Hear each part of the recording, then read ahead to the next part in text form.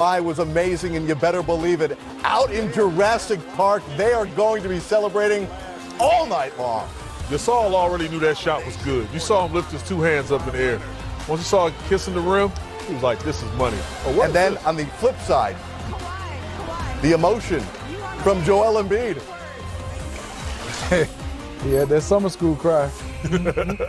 Tears of agony. We will take you back out live to Toronto for the celebration and the heartbreak for both sides. We've got Toronto advancing, Philadelphia going home, and a lot of questions coming along with them exiting the playoffs in the second round.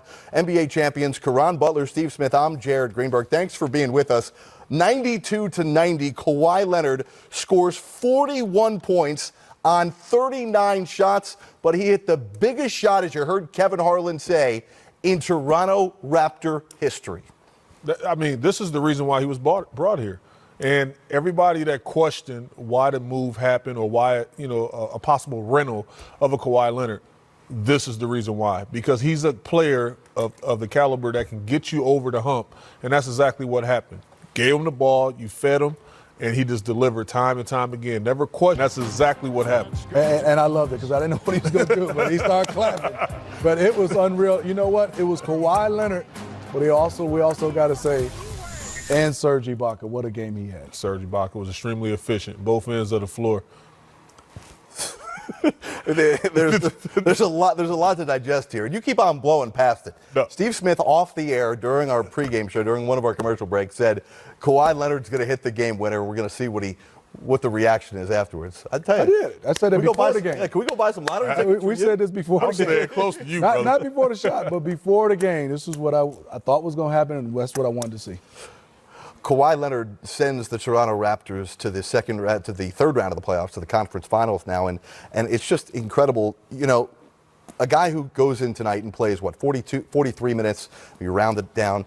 They brought him here for this moment, but they also managed his season. Mm-hmm. He missed 22 games with what they called load management, and I don't know if you can exactly attribute it to this performance here, but it certainly didn't hurt. Here's Brett Brown as his season has come to an end. Hey, Brett. Rich Hoffman, The Athletic Philadelphia over here. It's probably hard to sum up now, but when you see Joel just in tears walking off the court, what goes through your mind? That it's going to be a life memory, that as painful as it feels now, it'll help him. It'll help shape his career. It'll help give him greater clarity of what this time of the year represents, all the stuff that has to accrue over many months that will equal the ability to one day be a champion. It's hard. It's hard to be the last man standing. And to see him have the emotion that he has, and he's one of many in that locker room, it is painful for all of us. But to your question with Joel, he'll look in the rearview mirror and remember this. He will come out better and smarter and stronger and more aware of really what it takes to play longer than we've been able to play. Brett, Dave McMenamin, ESPN, in front of you here.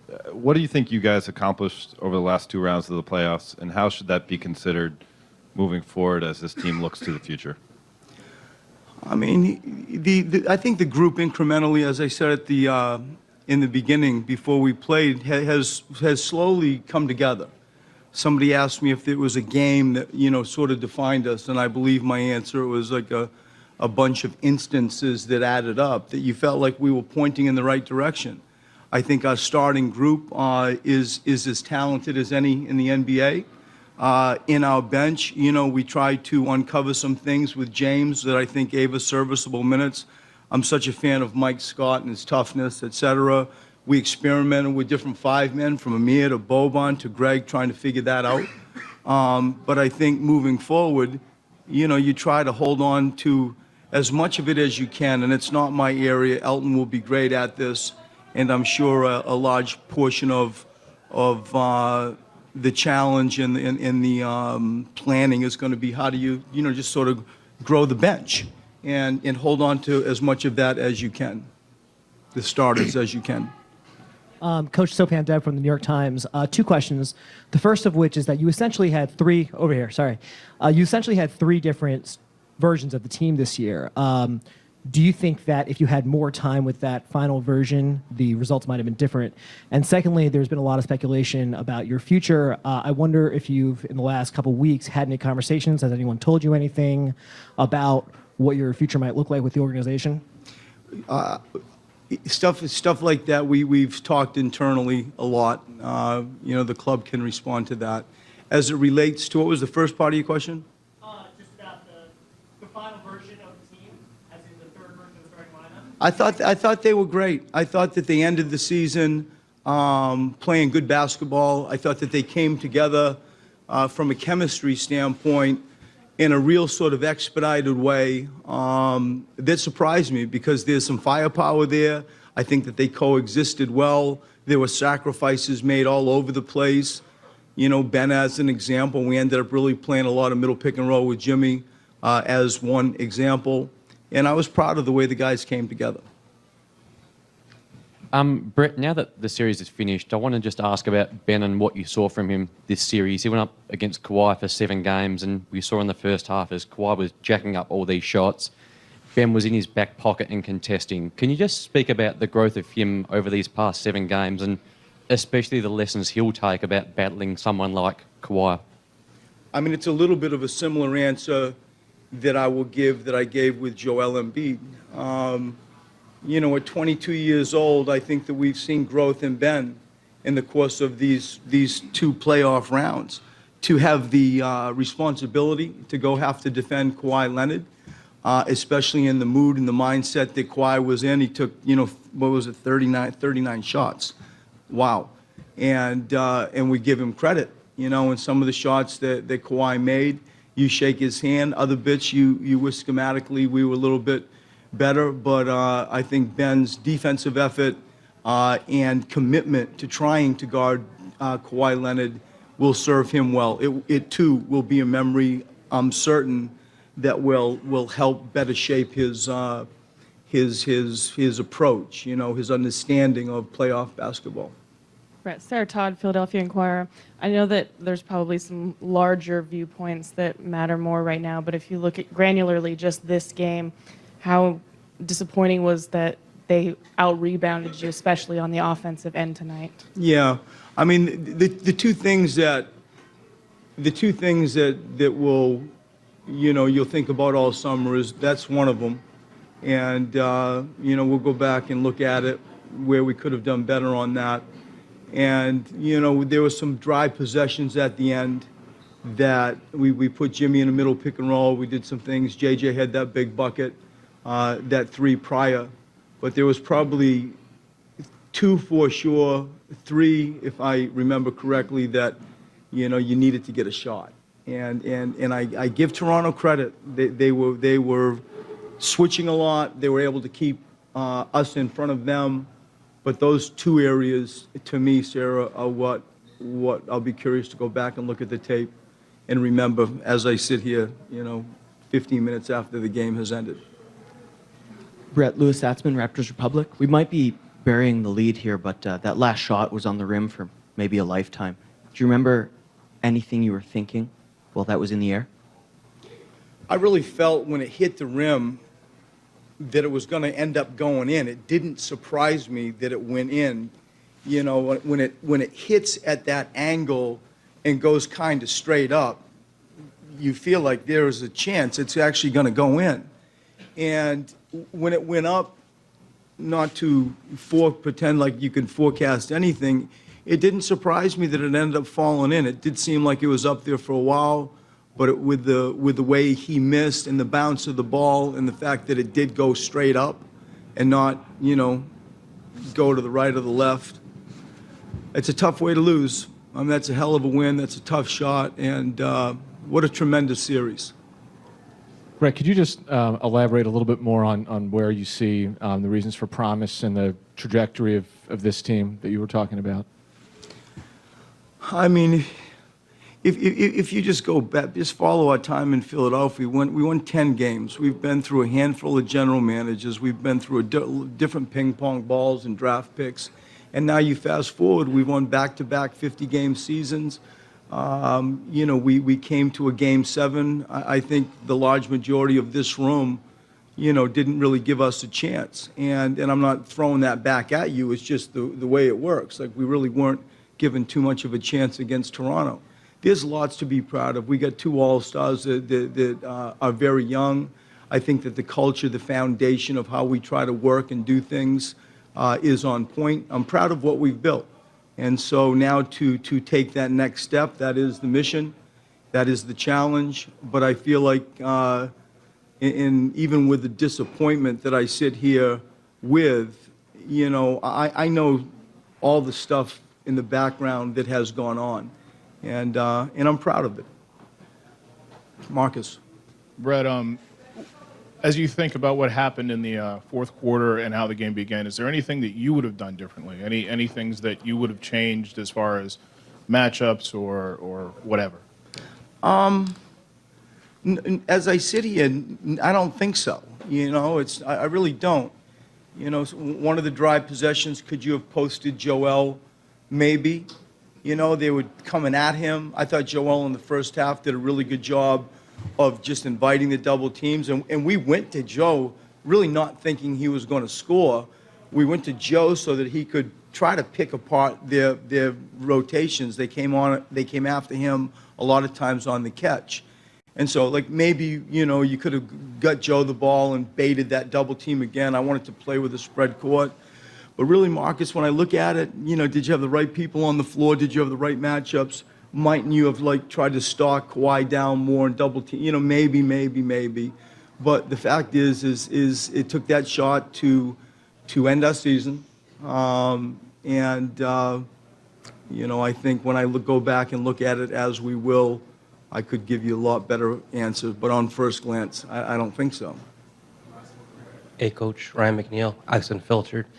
After JJ had that and one with 3.5 minutes left, you only had one made field goal from Jimmy Butler. Say that, what was JJ? After JJ had that and one with 3.5 minutes left, you had one made field goal by Jimmy Butler in the final, 4 or 5 seconds. Yeah. What did you see from Toronto's defense in those last 4 or so minutes? Tenacious, tough, switching. 1 through 5 was a switch group. We had a hard time turning the corner. I thought we passed up a few shots that we could have shot, and the clock evaporated. I thought we tried to, maybe get a little bit too greedy, but I do give Toronto credit, and it was either 2 or 3 possessions that I mentioned a moment ago that I look forward to seeing again. But I give Toronto credit for a tenacious switching defense, and we had a hard time turning the corner once they did switch. Thank you. All right, well, that's Brett Brown. As there is obviously incredible adulation on one end, there is the other side of the coin here for Philadelphia. And we'll hear more from Nick Nurse, who momentarily will be at the podium. We'll hear from players. We hope to hear from Kawhi. He did make the loudest statement of anyone tonight with the game-winning shot. But let's address what is at stake here for Philadelphia, who Elton Brand guys went all in this year, traded away a lot of assets, traded away the potential of a lot of cap space this summer with free agents like Jimmy Butler and Tobias Harris, who are going to need to be paid this summer if indeed they want to keep him. And the talk about Brett Brown's future, it's been all over the local news over the last couple of weeks. If Philadelphia doesn't get out of this round, they may be looking for a new head coach. Do you believe Brett Brown should be on the hot seat? Well, I think he will be on the hot seat. It's been talked about throughout this entire playoffs, and everybody said there's been headlines on all their papers. And I think it's going to come down to the organization and management. What do they think, and who do they have somebody else to come in? Because it's all about not the regular season for the Philadelphia 76ers. They didn't have a bad regular season. Whether they had a good or bad, it was about getting into the postseason. And I thought they needed to at least get to the Eastern Conference Finals so they would quiet all the noise. Now, he might not get fired now, but there should be some changes somewhere with the Philadelphia 76ers organization. Yeah, I think they went all in. Where did he get that narrative where he said they wasn't expected? He said we weren't given too much of a chance against Toronto. Yeah, on paper, I think the second that you acquire Tobias Harris and Jimmy Butler, everyone, just on paper alone, everybody expected you guys to be in the finals. Right. You know, and I think that was the expectations in the city. You traded away the future. You had Shamet, Markelle Fultz, Covington, Saric, all those guys. And look, I think it really boils down to this. And you're probably not going to like this, but it came down to coaching. And I feel like Nick Nurse did an excellent job of making the necessary adjustments. Numerous times down the stretch of this ball game, he was calling timeouts, and the execution was great. Even down to the wire, the last shot with Kawhi Leonard, isolation play to get the basketball. And then the play before that, the 76ers had an opportunity to draw up something, and you had Joel Embiid. They've been in the bonus since the 3:29 mark in the fourth quarter. And he's out there on the perimeter. Their four best players is out there on the perimeter. Ben Simmons is living in the post as a traditional 5 or a 4-man. It was just like, what? You can't draw that up, and you pretty much got nothing out of it. What more would you have wanted to see from Brett Brown in this series? I would have loved to see adjustments, you know, because he said exactly what I needed him to say. We saw switches, and we saw that they kept us in front of them. Well, that's the problem. Don't stay in front of them. You know, Joel Embiid needs to be in the post. Shaq said it. So many guys. Look, the game just says it. You can go to your local YMCA. I'm 6'7". If I got a 5'10" guy on me, I'm not living on the post, on the perimeter. I'm going to immediately go to a spot where he's going to have to wrap me up, and I'm going to be able to be aggressive. And with 3:29 left in the ball game, we're in the bonus. I'm going to impose my will on the situation. Now you got him living on the perimeter and stuff like that happen. And then you get a turnover, and then you deal with the long walk of shame to the locker room and the emotional outlet. Yeah, and also for me is not only did Joel Embiid has to control this game from being out on the block. I don't want to see him shooting all those threes. A couple of them when you're wide open, but time and score means a lot. There was a lot of times for me, Jared and Karan, watching that game, Ben Simmons was guarded by Kyle Lowry. Never had a play where he dives him into the post. Ben's a pretty good passer. Ben's 6'10", Kyle Lowry's 6 feet. That's 10 inches. Yes, and then today, Ben Simmons was knocking down his free throws. Whether he's knocking down his free throws or not, I don't run him down there in crunch time to get fouled. But throughout the meat of the game, can you go down there and get us in a bonus? And that bodes well for us down in crunch time because we're in a penalty earlier than usual. But you're getting away with guys 6'10", 7'1", 6'8", 6'8". If they're switching everything, somebody has to dive and get into the post and make a play in the mid-range. Now we're looking at everybody wants to play out that three-point line. And I look at the numbers of Kawhi Leonard. I look at it as elementary, but at some point, you got to get the ball out of his hand and make somebody else beat you for the course of a game because he's proven that he can do that. And he probably averaged 35+, so that's just crazy. All right, here's Nick Nurse, who in his first year as head coach of the Raptors is going to the Eastern Conference Finals. Nick, Doug Smith from Charles Star down to your right. I guess what's going through your mind when that ball's bouncing on the rim for about 7 minutes? Looks like it's going in. Looks like it was going in the whole time to me. I thought it was. But just, again, I thought it was, obviously, it's a nice lucky bounce, right? But I thought we were very unlucky for a lot of that game. So it came back to us a little bit balanced out. Kyle didn't seem to have the greatest scoring nights, but his contribution would have been as good as he's had all year, maybe, the way he played all night. Yeah, I really was impressed with his defense, Doug. I thought he was being so alert and aggressive on his switch outs, right? You just, every time you saw an opening coming, there he was, taking it away, and then obviously had that huge steal. And I think we had back-to-back shot clock violations, and that was getting ready to be a third one, and he got to it just in the nick of time. So he played a lot of minutes. I think he played the whole second half, and he was great down the stretch defensively. Go to Ryan on your left, Coach. Hey, Coach, before the game we talked about defense and locking it in. The last 3.5 minutes, I think J.J. Redick had an and-one opportunity. The only other field goal made by Philly was that Butler bucket in the last 4 or 5 seconds. It was a big one. Yeah, but the defense, what impressed you about your defense over the last 4 minutes? Well, I mean, we just were doing it all, right? We were pressuring the ball. We were corralling the right guys for a split second with two. We were either rotating or hustling back to our own. So it wasn't, just because we put two on the ball, it didn't mean something was automatically open. and then we rebounded it after we contest. But those possessions defensively were awesome. They had, again, a lot where they didn't even get a look at the basket. I'll go to Bruce on your right here, Coach. Nick, right here. Bruce Arthur from the Toronto Star. That last play, was it basically give Kawhi the ball at the top and let him try to create as he kind of did in Game 4? Yeah, that's it. We run Kyle off there first as the first option, and then Kawhi loops under there and gets it at the top, and then it's his call from there what to do. We've seen that one a few times this year. Again, I'm not sure he's made that exact shot. He's probably taken it 4 or 5 times, but balanced out again a little bit. I think he missed a couple of those along the way this season, that exact same play and similar shot. So it's good that the balancing scales were there tonight. To Dave down front near your left. Dave McMenamin, ESPN. Nick, what's it been like for you to coach Kawhi Leonard this first year, and what have you seen from him as the stakes have gotten higher and higher in the playoffs? Well, first of all, what it's been like to coach him, he's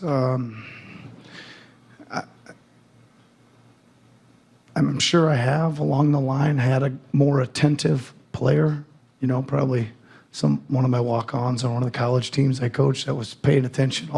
But he's it's amazing to me that he's, whether we're in the huddle or in the locker room or in the film room, he's always locked in on what the coaching staff is saying. And I think that is a interesting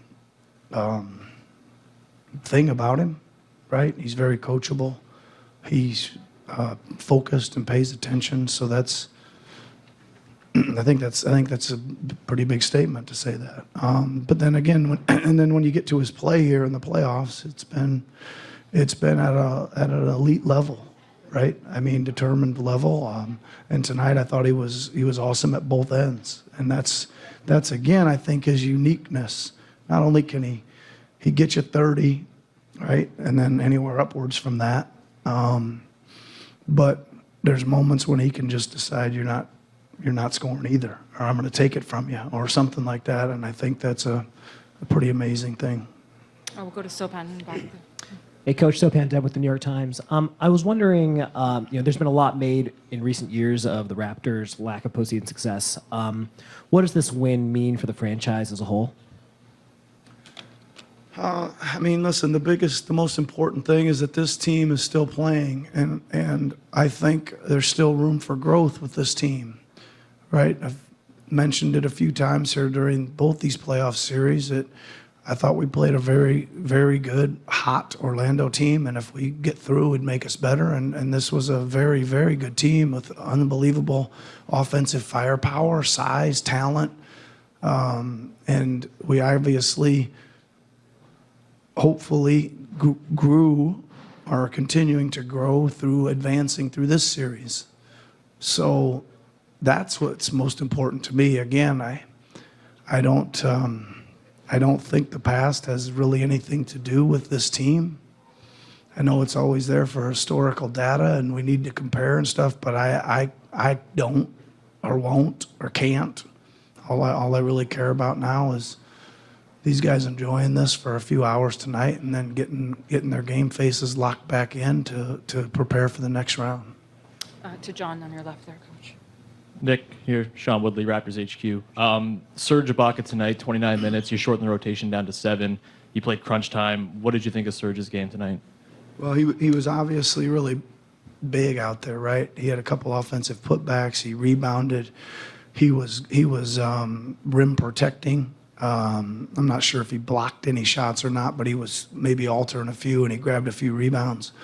And he was confident on offense. I thought there was a stretch there when he was one of maybe the second most confidence guy out there behind Kawhi. Right, it'd get kicked over to him, and he was just pulling it, or he was flying inside and catching a dump off, and he was finding a way to get it in. So. It was big. I think, we talked about the size being an issue for us. I liked the look of that lineup. Kyle as kind of the floor general out there, and then a bunch of big guys, with Kawhi at the 2 and Pascal at the 3 and Serge at the 4 and Mark at the 5. and it didn't seem to cause us too many problems on the defensive end, especially. It was excellent. The offense was a little, I keep saying the same thing, a little out of rhythm and not shot makey enough, but obviously that lineup brought it home for the last 7-8 minutes of the game. Oh, last couple questions. We'll go to Sarah on your right here, Coach. Hi, Nick. Sarah Todd, Philadelphia Inquirer. Yesterday, we talked a lot about how much rebounding was going to impact this game. Can you just speak about the team's offensive rebounding effort, especially, and how big it was just in the last few minutes, too? You talked about a couple of those Surge's putbacks. Yeah, I mean, we had a lot of offensive rebounds. There was a lot to get, right? There was a high volume of shots available to offensive rebound tonight. That's part of it. But again, I thought there was some great determination there. I thought even when they did secure them, it was a hard defensive rebound for them. And again, I think it's just a telling sign of how hard your team's playing, or how hard it is to get a stop, right? Even when the defensive rebound is super hard. So it was big for us. To Ian, Coach, on your right there. Hey, Coach. Ian Harrison, Associated Press. It's no secret what you're going to see in Milwaukee, but I imagine you may have been keeping one eye on them throughout the playoffs. What have you seen, and what do you expect in this upcoming series? Well, it's a totally different style than we've just been through in our last two series, right? These were set play teams, pretty methodical in offense. They're going to come down and look at things and run some post-ups and, run stuff for their certain guys. And not to say Milwaukee doesn't do some of that too, but they'd much rather spread the floor, give it to a guy and put their head down and take it to the rim and put it in the rim. And if you send help, they're going to fire it out and they're going to shoot a ton of threes. So it's a little different style that we're going to see. We're going to have to adjust to that really quickly, obviously. We're going to have to forget about how happy we are pretty quickly, because it's a hungry team. It's a very deep team, very good team. We're going to have to, like I said, we're going to have to continue to grow, and we're going to have to play better. Thanks very much, everyone. Thank you. Coach Nick Nurse, in his first year as an NBA head coach, is going to the Eastern Conference Finals courtesy of this, the first Game 7 walk-off winner in NBA history. Star, what did you see on that final play when you were chasing Kawhi all the way to the end of the play? Took a tough shot. He was an incredible player and made it. Joe obviously got out there and was able to put a hand up, but I mean, he's a great player, made a great shot. I got a lot of respect for the Raptors. It's the way they played. They kept grinding it out, made it tough on us. But I'm also proud of my guys who, we stayed there. And it was a fight. Dave McMenamin, ESPN. Ben, what did you guys prove to yourselves as a group this playoffs, and what would you like to see out of this group moving forward in the future? We can compete with the best. Obviously, we didn't have enough tonight, but I'm proud of my guys. We showed fight the whole game, never let up. And I'm really proud of my guys for doing that and staying with it. Hey, Ben. Sopan Deb with the New York Times over here in the middle. Joel obviously had a very emotional reaction after the game. What did you guys tell him in the back? Did you say anything to him? We always got his back. We're family. Every team you're with, you want to be your family. That's my brother. So, I'm always here for him. But we got to get better. At the end of the day, obviously he's very emotional after the game. Everyone is different, but he's a competitor. He loves to compete. He wants to win, and that's what you want to see in a guy like that. Hey, Ben. Jason Blevins, PFO. Can you talk a little bit about your evolution as a defender throughout this second year? You've come from you've gotten into a role of sort of being the chessboard, piece that can be moved around, and specifically in this series, how you sort of adjusted throughout the series. Obviously, I had a tough matchup with Kawhi, but I love taking that challenge on. Once Coach gave me that challenge, I was looking forward to it. So for me, I just try to continue to get better, try and work hard in every game, every situation I'm in, and just try to make plays, try and make the right play. Ben, there are a handful of different versions of the team this year. The one that you guys finished with, what do you think the ceiling is for the group, especially the starting five that you guys wrapped up the year with? It's we haven't been together for a while with this group, but there's a lot of potential. And the guys that we have brought over, Jimmy, Tobias, everybody, Boban, Mike, James, just everybody that we have now. We grew a lot in the last few months of being together. So, I'm proud of my guys. And Joseph Casharo, the scorer back here. Young teams, a lot of times when they lose a tough playoff series, they talk about the lessons they can learn from it and take it to the year after. I guess, can you put that into words and explain to us, I guess, what that means? To me, it's simple. You just got to get better.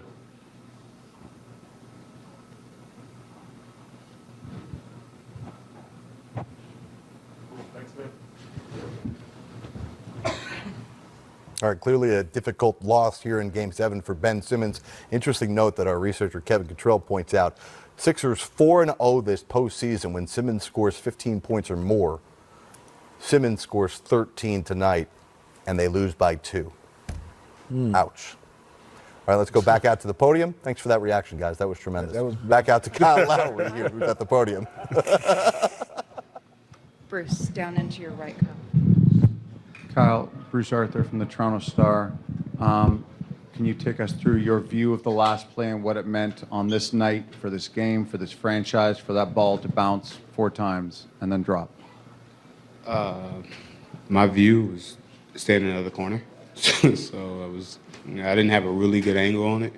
Kawhi getting to his spot on the right-hand side, and it was like he was getting to a spot, and he got to a spot, and he shot it high enough where he gave himself a chance, and bounced in and went in. It means a lot. Just for us, it means another step to our big goal. But we got a team that was the #1 NBA team during regular season. I'm coming. We know we got a tough task at hand, but we're preparing for it. We have to prepare for it and get ready to go. Hey, Kyle. Ian, to your right there. What will you remember about the moments immediately after that shot dropped and the sort of celebration on the court? It was cool, man. It was cool. It was all the fans, the team, everybody around. It was crazy. It was a good, emotional moment for everybody to be there, and just kind of like a sigh of relief and enjoyment, like a whew. And it was great. It was one of the moments where it's like a real life game winner, Game 7. Counted down when you back home, and everyone was celebrating like that. It was a pretty awesome moment. Sorry, Rachel. Rachel Brady from the Globe and Mail. Kyle, what happened to your thumb, and how worried were you that you wouldn't be able to come back? Did you know right away you'd be right back on the floor? I fell and popped out, and I popped it back in, and it kind of was loose. But I was just trying to figure out how to pass the ball. I couldn't really pass the ball, grip the ball, but that doesn't matter. I'm fine. I played. We won the game. We'll get some rest and try to heal it up as fast as possible. We go to John here on your right, Kyle. Kyle, you guys lost the lead in the second quarter. You lost the lead in the third quarter. You lost the lead in the fourth. At any point, did it feel like you were in a pretty desperate situation? And especially like that third quarter where they took the lead, and then you got those 2 offensive rebounds, and then that steal. Were you feeling like we're in a desperate situation right now? We felt like we were in a desperate situation from the tip and from the game jump ball, and we felt we didn't play well offensively. We played really good defensively. We got back in transition. We gave up a lot of leads, and we did a lot of things that we usually don't do. We only won 1 quarter. Yeah, we won 1 quarter. We did a lot of things that we could have done a lot better, but found a way to win the game. That's all that matters. Anyone else? Ian, we'll go to you on the right, and then we'll take the last couple questions. Thank you. Kyle, you guys know what you're getting in Milwaukee, but what jumps out at you from what you've seen from them in the postseason so far? They've been pretty dominant. they've been pretty dominant. Giannis is playing the way he's playing. I think one of the keys is Eric Bledsoe. He's been playing unbelievable. Pat Connaughton been playing well. They're getting Brogdon back and Middleton. You know, they got a lot of weapons, and they're pretty deep. But they shoot the ball. They shoot the ball as well as anybody in the NBA. And then they got the one-man fast break and Giannis, and they got a point guard who's really, really good and physical. They got George Hill coming off the bench playing well. I mean, they got a lot of weapons, but we got to prepare and look at every situation that we have to take advantage of and prepare in every game and just go out there and do our job. Thank you. Thank you. All right, from the podium, let's take you inside the locker room where he scored 17 in Philly's Game 7 loss. A lot of emotion that happens as the ball starts rolling around the rim. Really proud of our group. Give them a lot of credit. That was a hell of a Game 7. JJ, what do you think happened the final 2 minutes where you guys couldn't get any offense generated? Was that just about them getting in your chest, or you guys not executing? Yeah, I would have to look at it, but there was obviously some blitzes and putting 2 to the ball. Specifically with me and Jimmy, pretty much any time I came off a DHO or if Jimmy came off pick and roll, and sometimes they just rotated really well, and I thought there was a couple times where we got good shots, the non-shot clock and the non-turnover plays, and they didn't go down. We fight so hard during a series like this whole team did. When it comes down to that at the end, how much tougher is that?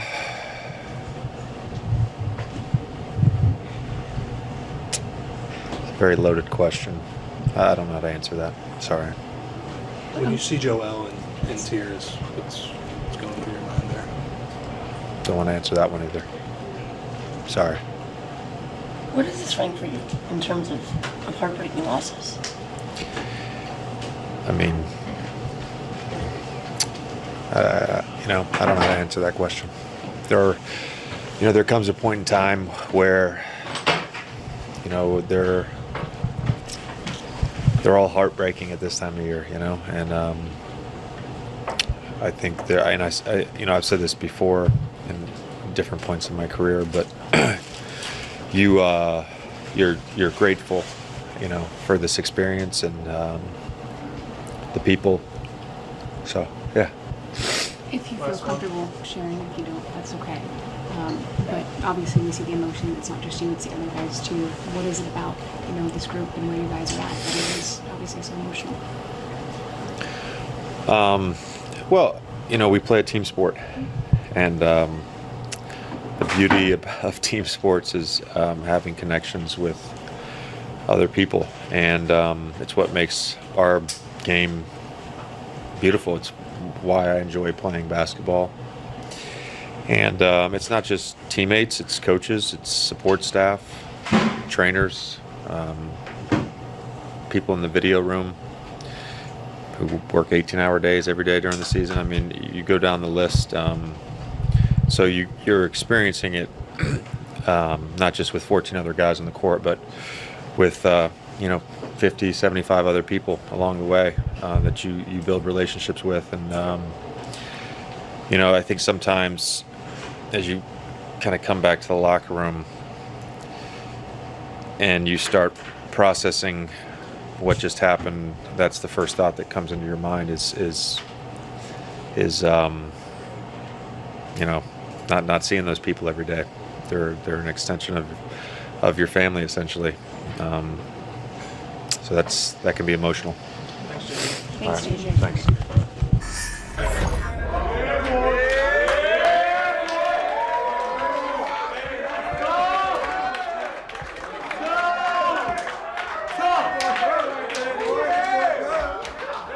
It's about as excited as you're going to see Kawhi Leonard get, even after hitting one of the most iconic shots in NBA history. Kawhi sends the Raptors to the Eastern Conference Finals, and now he's at the podium. Right. Can you take us through the final shot from when you caught the ball and you're maybe looking for a spot to to get the shot off, and then you released it high. I assumed to get the ball over Embiid, but maybe give it a softer bounce on the rim. I don't know. Can you just take us through your thinking on that final play? We ran a similar play during the Magic series, and I ended up just shooting the ball, and it was probably about like 3 seconds. So I just remember that moment and knowing that I had time to at least pump fake or take a dribble. So, he drew up the play again tonight, and it was 4 seconds left, and I believe that, like I said, remembering that moment, I knew I had some time to try to get some space rather than just catch and shoot the ball. But I ended up catching it and just trying to get to a space so I get the shot off. Like you said, Embiid was guarding me. He's taller, longer than me. So, end up finding a spot that I, that I work on. I end up getting to a spot. And I just knew I had to shoot it high. A couple possessions before that, I had the same kind of shot from 3. It ended up coming short. And, I just thought I had to put it up even higher than that and end up getting a soft touch and going in. Down front and to your left. Kawwhi, I'm Mike Bond from USA Today. 39 field goal attempts tonight. Can you just talk about your mentality coming in here and, just putting up that many shots? I knew it was Game 7, and I didn't want to leave no shots in my mind. I just wanted to go out and leave it all on the floor. This could have been my last game for the season, and I would have had to wait 4 months to put another shot up in a game. So I was going to leave it all out on the floor tonight and not worry about makes or misses, and still just try to will us to a win or just get to my spots. I'm going to go to Dave, who's standing up and to your right, Kawwhi. Kawwhi, Dave McMenamin, ESPN. After the way things ended for you last season in San Antonio, how satisfying has this postseason run been playing for the Raptors? It's been great, but, after the regular season was over, I was pretty much proud of myself and, what I had accomplished throughout the regular season. And obviously, going into the playoffs, everybody's ready to play.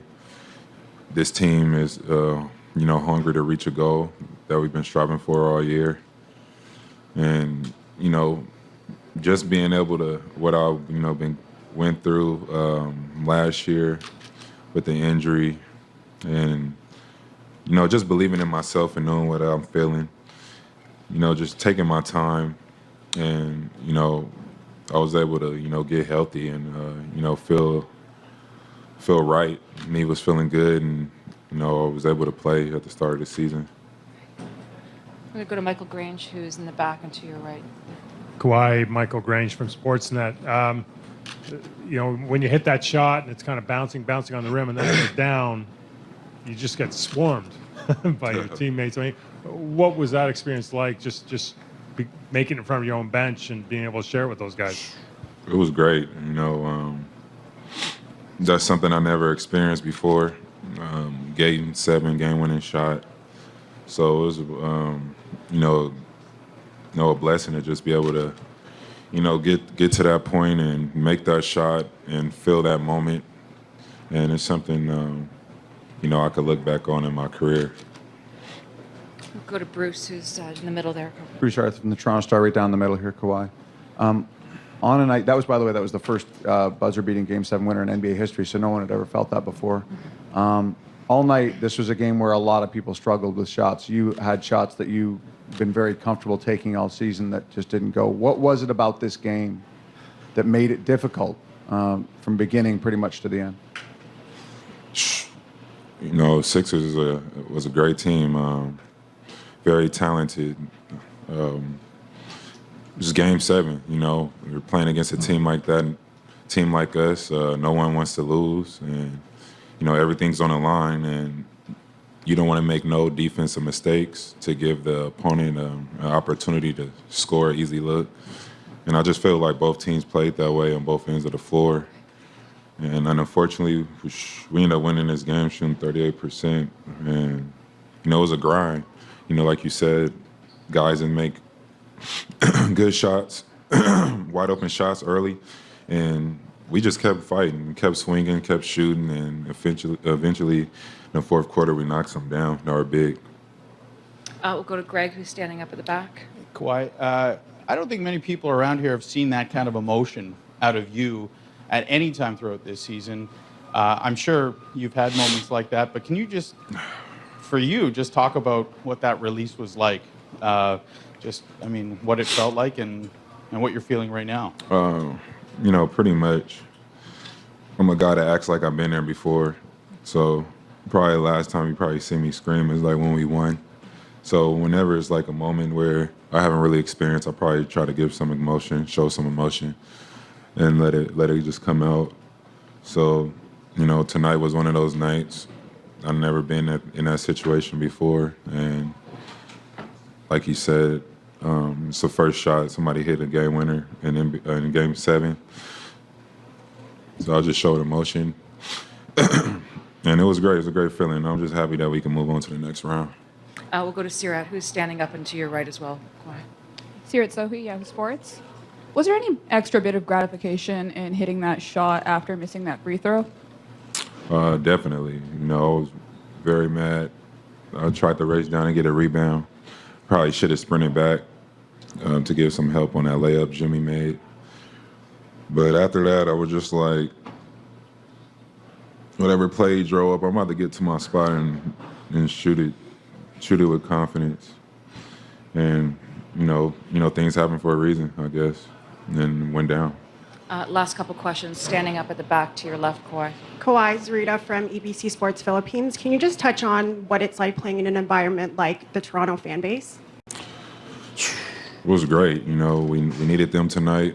When we got leads, they screamed defense. We're screaming the whole time.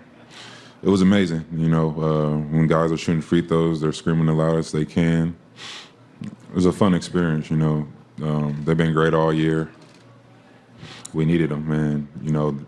That's what we fought for all year, is getting that Game 7, at home, if we get to that point. And, tonight they were big for us. Thanks very much, everyone. Just a spectacular game by Kawhi, 41, including the game winner. We'll talk more about his game and break it down. But now back out to the podium. Here's Joel Embiid and Jimmy Butler.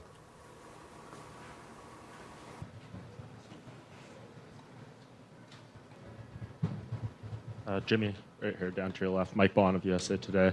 Can both of you guys just describe that final sequence and what it's like kind of standing there looking up at the ball bouncing off the rim and then seeing it go down? He hit a tough one. You tip your hat to that, man. He's an incredible player. We know it. Y'all know it. Ain't too much more you can say about it. Joel, back here, Joseph Cacharo, the score. I know you were emotional after the game, and it looked like Mark had some words of encouragement for you. I don't know if you want to share what those words were, but just how important was that for you to have a veteran big man kind of take you aside like that? Mark has a lot of class. Obviously, I have a lot of respect for him, and I won't share anything, but he was just talking to me, making sure to let me know that I'll be right there at this. I'll be right there at this moment and further in my career. Yes, I have a lot of respect for him, and he's a great guy. Joel, Yaron White's been Bleacher Report to your right. You were showing a lot of emotion there. Just able to take us through what you were thinking and what was going through your mind? I can't hear. You were showing a lot of emotion there. Are you able to take us through what you were thinking, what was going through your mind in that moment after the game? I don't know. Game 7, losing the game that way. Last shot. After a hard-fought game, I feel like we had a chance. A lot of things go through your mind, and it sucks. I don't know. I can't explain it. He just sucks. Joel, I'm just back here. Can you tell me, are there any lessons that you can take away from this series? Is there anything that you can move forward? You're a young player. I'm sure people think you'll be back here many times. What are some of the lessons that you would take away from this series? I don't know. I mean, I don't know. I can't think of anything. I don't know. No. We fought hard. Everybody gave everything they had.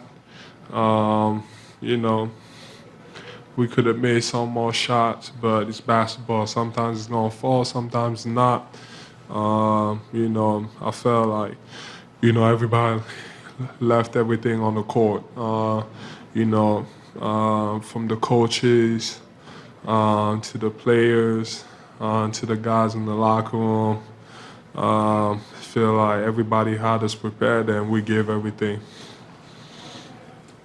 For both of you guys, Dave McMenamin, ESPN, how formidable of an opponent was Kawhi Leonard in particular, and what was it like game planning for him as this thing went out, and what level, or how could you describe, I guess, your respect for the shot and what he did this series?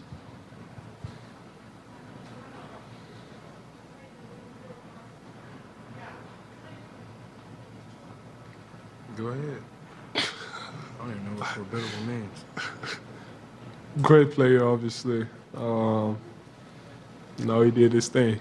Got to give him credit. You know, he made some tough shots the whole series. They leaned on him heavily, and you know, don't know. But he's a great player. Jimmy Sopan with the New York Times, right over here. You are a free agent. You have a big decision coming up. Can you assess your time in Philadelphia and reflect on what your half season or however long it was like here? I'm not worried about none of that right now. I just got through losing. I don't want to talk about nothing else except for basketball.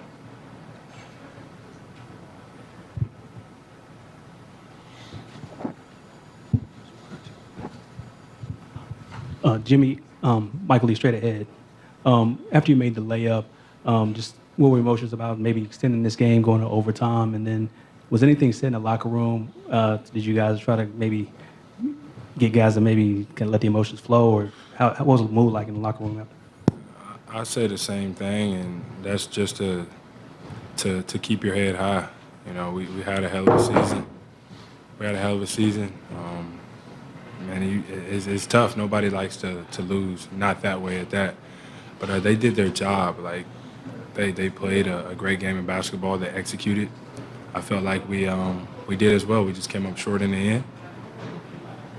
That's all you can say about it. But I think all year long, we did a good job of sticking together through the good and through the bad.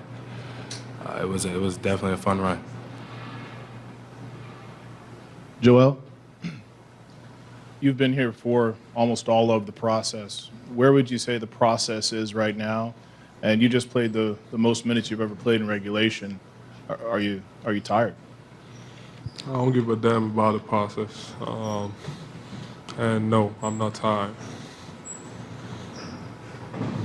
Jimmy, I just wanted to ask you about Joel and Ben. You stepped into this team halfway through the year, and these two younger players were leading that team. Just your impressions on Joel and Ben and what they are as young players in this league, especially after going to war in a series like that. You know, with those two young guys, they have so much potential to be great. And the best thing about them is they want their teammates to be just as great as they are. They're constantly working, and they're constantly studying on how they can be better to help other guys be better. And those are the type of cornerstones you want in an organization.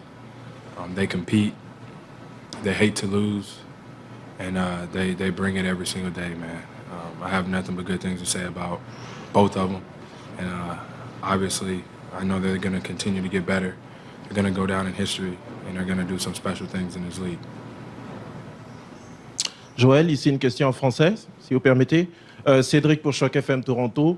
On a compris que vous ne voulez pas parler du process, mais en même temps, vous avez Jimmy Butler qui est à vos côtés et Tobias Harris qui ont voulu vous accompagner dans ce processus-là. On sait que vous êtes déjà une superstar, mais est-ce que vous avez déjà parlé entre vous de la possibilité de continuer dans ce processus-là et pouvoir enfin atteindre vos objectifs?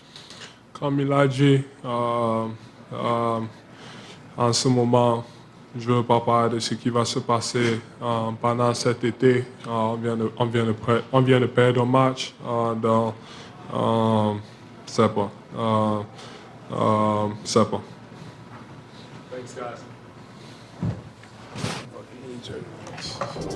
So a whole lot of questions about the Philadelphia 76ers as their season comes to an end. For the Toronto Raptors, they are moving forward. Eastern Conference Final Series starts on Wednesday. TNT, your exclusive home for the 2019 Eastern Conference Finals. The Bucks took 3 of 4 from Toronto in the regular season, but you got to really throw a lot of that out because the one win that the Raptors had, Giannis didn't play, but Kawhi also didn't play in that game. So, Caron Butler, Steve Smith, Jared Greenberg, let's look ahead. We've got arguably two of the best players in the Eastern Conference, 2 of the top 5 players in the NBA, in Kawhi and Giannis. Caron, what are you looking forward to? What are the keys to this series? Trying to slow down Giannis, and that's not going to happen, but trying to slow him down as much as possible. And I think that his versatility and what he brings to the game on a consistent basis, he is the MVP of this season in my eyes. And I think it's going to be one heck of a matchup between him and Kawhi Leonard. I think he's going to own that challenge and try to guard him as much as possible. Yeah, the same, and I'm looking forward to see how it starts off. If who guards who, is Giannis guarding Kawhi and Kawhi guarding Giannis, and both of those guys can't afford to get in foul trouble. And then the second guy, who's going to be the second guy for the Milwaukee Bucks? And we know Pascal Siakam so far has been the second guy for Toronto. So a lot of things playing. One thing I wish and hope that OG Anunoby gets the chance to play in this series, because then you have Malcolm Brogdon coming back. Pretty much everybody's healthy, on both sides. Yeah, I like the fact that, Kyle Lowry touched on it a few times where he was talking about the development and play of Eric Bledsoe. So, you usually give a ton of credit to someone before you try to clip their legs from underneath them in the playoff series. You praise them, high praise, and then that's the point of emphasis to go in there and try to slow them down. So I like the way he threw that out there. All right, well, Toronto and Milwaukee get going on Wednesday night. Of course, be with us here on NBA TV before and after each and every game of both the